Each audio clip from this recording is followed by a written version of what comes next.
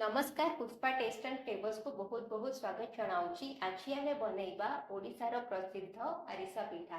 चलतु स्टार्ट करवा आज रेसिपी। मुझे अरुआ चाउल को 14 रु 15 घंटा जाए भिजई भलसे धोई नहीं गोटे सफा कपड़ा बा शाढ़ी रे सुखई देवे। जदि संध्यारे बनाऊँगी ताहले सकाळे 6टा कि 7टारे भिजई रखिदेवे चाउल को। बेसी सुखा करेनि एवं चाउल गुंड चाउल अल्प ओदा थिबा समय रे ही एहाकु ग्राइंड करी नेबे। एबे गोटे चालुनी सहायता रे चाउल गुंड को चलेई देबे, जहा द्वारा हमकु फाइन पाउडर मिली जिवो। एही भली सबु चाउल गुंड को फाइन पाउडर करी नेबे। एठी हमर चाउल गुंड पूरा परफेक्ट रेडी हे जाईछि। गुंड को हाथ में छापी घोड़े रखिए।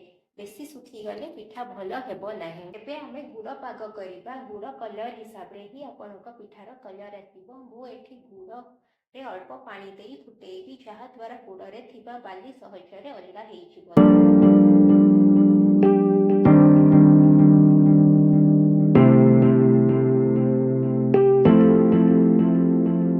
से पानी रे मिसी जाईछि। एबे ताको छाणी नबा।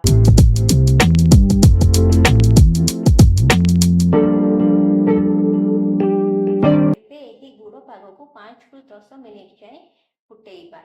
एबे 5 रु 10 मिनिट हो जाइछि। गुड़ पाग हमर परफेक्ट हेछि कि नहीं जानिबा पई गोटे गिनारे पानी नेबे एवं सेथिरे गुड़ पाग को अल्प पकई टेस्ट करिवे। जे पर्यंत गुड़ स्टिकी न हेछि जानिबे हमर पाग परफेक्ट हेइ नाही।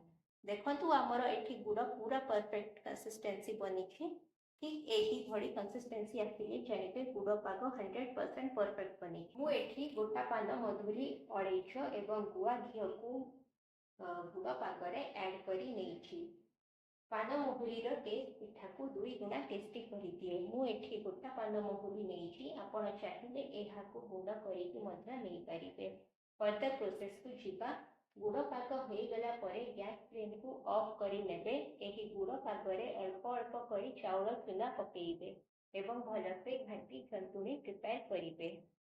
जदि आपण सुजी काकरा खाई बोर हो गले ताकू काकरार लिंक आई बटन रे दे देइछि, जाइकि देखि नेबे।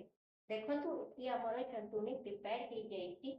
जंतुणी स्लाइड उबो नेइछि छोट छोट गुळा करी शेप दे देबे। भितरे पिठा छाणीबा पई तेल गरम हेइ आसिलानी। मु एठी कदली पत्र नेइछि पिठा गड़ीबा पई।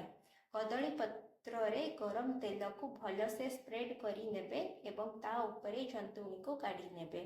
देखंतु एबे हमर तेल गरम हेइ आसिलानी। एबे एही तेल रे पिठा को पकेई छाणी नेबे। एठी हमर सबु पिठा प्रिपेयर हेइ जाइछि। रजरे एही पिठा को बनातु एवं मजा नियंतु। वीडियोटी भल लागिथिले लाइक शेयर एंड सब्सक्राइब निश्चित करिवे। पुणी देखा आउ एक मजेदार रेसिपी सहित।